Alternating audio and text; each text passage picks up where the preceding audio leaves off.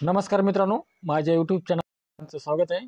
तर मित्र हो, आजच्या व्हिडिओमध्ये आपण आपल्या राशन कार्डमध्ये आपल्या कुटुंबातील नवीन व्यक्तीचे नाव कसे ॲड करायचे ते पाहणार आहोत। तर मित्रांनो, व्हिडिओ शेवटपर्यंत पहा।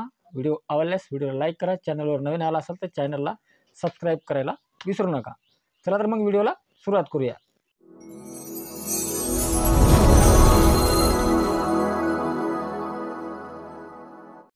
मित्रांनो, आपल्या मोबाईलच्या प्ले स्टोअरमध्ये जाऊन मेरा राशन 2.0 हे ॲप इन्स्टॉल करायचे आहे। मी या ठिकाणी इन्स्टॉल केलेले आहे, तर आपण बी इन्स्टॉल करून घ्या आणि हिला ओपन करायचं आहे। ओपन केल्यानंतर मित्रांनो, या ठिकाणी आपल्याला आपला जे काही आधार क्रमांक आणि त्या खाली ठिकाणी दिलेला आहे कॅप्चर कोड आणि OTP या ठिकाणी आपल्याला सेंड करायचं आहे। बेनिफिशरी यूजर या ठिकाणी आपल्याला क्लिक करायचं आहे। तर मित्रांनो, या ठिकाणी आधार क्रमांक आणि कॅप्चर कोड टाकून मी लॉगिंग बटनावर क्लिक करतो। तर मित्रांनो, आपल्याला या ठिकाणी OTP सेंड सक्सेसफुल असं दाखवत आहे। तर या ठिकाणी आपल्याला ओके करायचं आहे आणि जे काही OTP आपल्या मोबाईलवरती आला आहे ते OTP या ठिकाणी आपल्याला टाकायचा आहे। OTP टाकल्यानंतर मित्रांनो, सत्यापित करा या ठिकाणी आपल्याला क्लिक करायचं आहे। क्लिक केल्यानंतर मित्रांनो, या ठिकाणी आपला OTP सक्सेसफुल झाला असं सांगत आहे। तर याला आपल्याला ओके करायचं आहे आणि खाली जे काही या ठिकाणी स्किप हे बटन दिलेलं आहे या ठिकाणी आपल्याला क्लिक करायचं आहे। मित्रांनो, क्लिक केल्यानंतर जे काही आपलं राशन कार्ड आहे आपल्या समोर हे डिजिटल प्रमाणात मध्ये आपल्या समोर दिसतील। या ठिकाणी आपला जे काही राशन कार्ड क्रमांक हे सुद्धा दिसते, आपला तालुका, जिल्हा, गाव, आपला मोबाईल नंबर सर्व काही या ठिकाणी दिसते। आपण या जे काही आपलं राशन कार्ड आहे याला आपण जे काही बॅक गेल्यास आपले जे काही कुटुंबातील व्यक्तीचे नाव या ठिकाणी आहेत हे पूर्णपणे या ठिकाणी दिसतील। तर मित्रांनो, आपल्याला खाली यायचं आहे, तर आपल्याला मॅनेज फॅमिली डिटेल्स या ठिकाणी आपल्याला क्लिक करायचं आहे। तर मित्रांनो, आपल्यासमोर जे काही आपल्या कुटुंबातील व्यक्ती जे आपल्या राशन कार्डमध्ये ज्यांचे नाव ॲड आहे हे पूर्ण या ठिकाणी आपल्याला पाहायला मिळतील।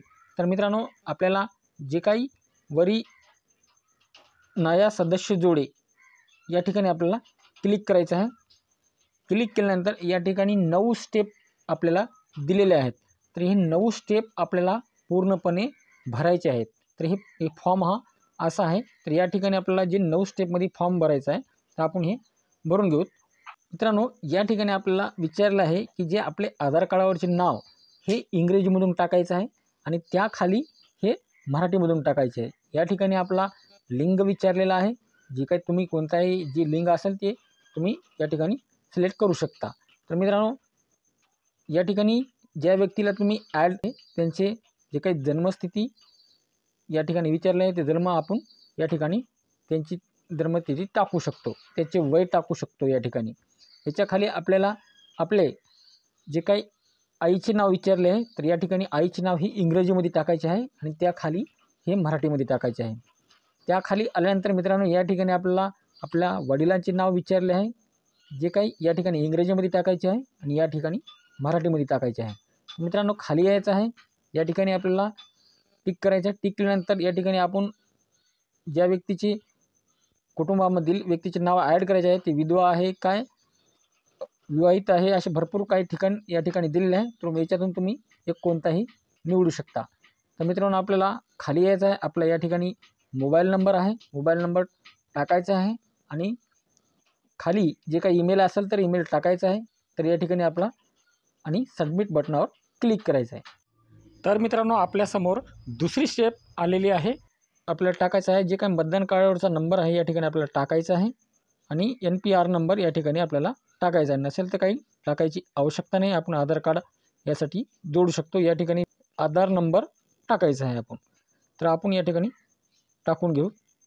टाकल्यानंतर मित्रांनो, नेक्स्ट या बटनावर आपल्याला क्लिक करायचं आहे।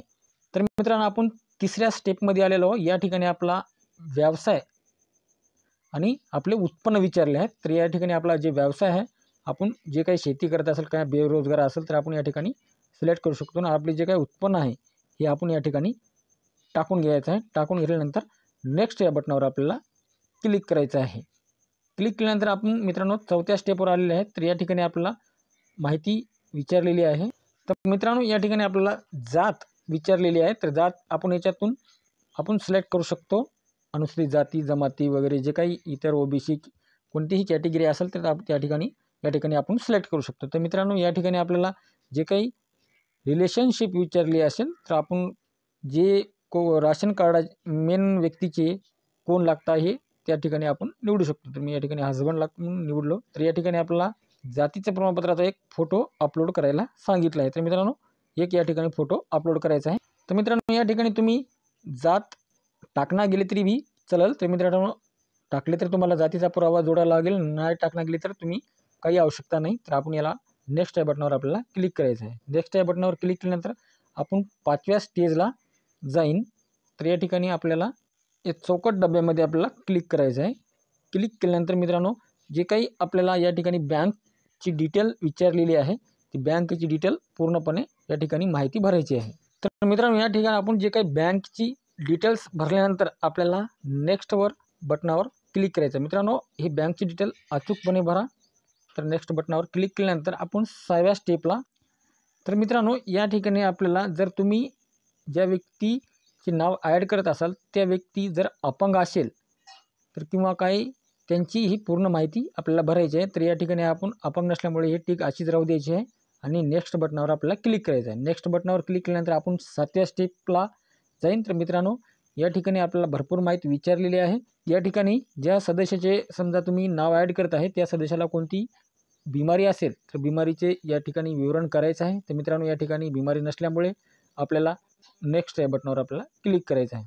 नेक्स्ट या बटनावर क्लिक केल्यानंतर मित्रांनो आपल्यासमोर असा इंटरफेस येईल.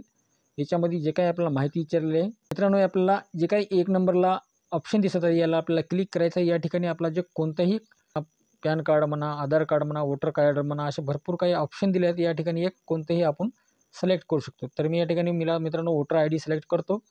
तर या ठिकाणी जे वोटर क्रमांक आहे त्या वोटर कार्डचा आपल्याला नंबर टाकायचा आहे. 2 नंबरच्या ऑप्शनमध्ये येतं. तर मित्रांनो या ठिकाणी आपल्याला जे काही तारीख आहे या ठिकाणी तारीख टाकायची आहे. तारीख टाकल्यानंतर जे काही आपण डॉक्युमेंट्स या ठिकाणी टाकलेले आहे जसे वोटर ID कार्ड या ठिकाणी आपल्याला अपलोड या बटनावरती क्लिक करून अपलोड करायचे आहे. तर मित्रांनो आपल्याला थोडं खाली यायचं आहे. दुसरी स्टेप दिलेली आहे. या ठिकाणी आपण कोणताही एक डॉक्युमेंट्स या ठिकाणी निवडू शकतो. मी या ठिकाणी पॅन कार्ड निवडतो. तर या ठिकाणी आपल्याला पॅन कार्डची डिटेल पूर्णपणे भरायची आहे. पॅन कार्ड क्रमांक, त्याची तारीख आणि त्या पॅन कार्डचा एक फोटो. तेही फोटो कंपल्सरी PNGमध्ये राहो, 500 KBच्या वर राहू नये.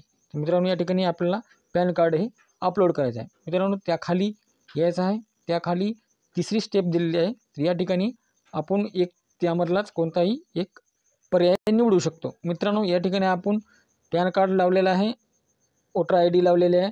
तर आपण डबल या ठिकाणी पॅन कार्डच लावू डबल. तर डबल या ठिकाणी मी पॅन कार्ड लावलं आहे. पॅन कार्डचा नंबर, पॅन कार्डची जे काही तारीख आहे आणि त्या ठिकाणीच जे काही खाली दिसत आहे या ठिकाणी आपल्याला पॅन कार्डचा फोटो अपलोड करायचा आहे. तर मित्रांनो या ठिकाणी मी पूर्णपणे माहिती भरलेली आहे. तर मित्रांनो खाली आपल्याला यायचं आहे आणि नेक्स्ट बटनावर आपल्याला क्लिक करायचं आहे. नेक्स्ट बटनावर क्लिक केल्यानंतर मित्रांनो या ठिकाणी अशी माहिती दिलेली आहे. ही माहिती पूर्णपणे वाचायची आहे आणि याला स्क्रॉल करायचं आहे, खाली यायचं आहे आणि या ठिकाणी जे काही डब्बा दिसत आहे, चौकोनी डब्बा दिसत आहे, या ठिकाणी आपल्याला क्लिक करायचं आहे आणि जमा करा या ठिकाणी आपल्याला क्लिक करायचं. म्हणजे नेक्स्ट बटनावर क्लिक केल्यानंतर जे काही आपल्या व्यक्तीचे नाव आहे या ठिकाणी ॲड होऊन जाईल. तर मित्रांनो अशी ही पूर्ण जे काही 9 स्टेप आहेत आपल्याला पूर्णपणे भरायचे आहेत. तर मित्रांनो व्हिडिओ आवडला असेल तर आपल्या मित्राला शेअर करा. चॅनलवर नवीन आला असेल ते चॅनलला सबस्क्राईब करा आणि व्हिडिओला लाईकसुद्धा करा. भेटूया दुसऱ्या व्हिडिओमध्ये. तोपर्यंत नमस्कार.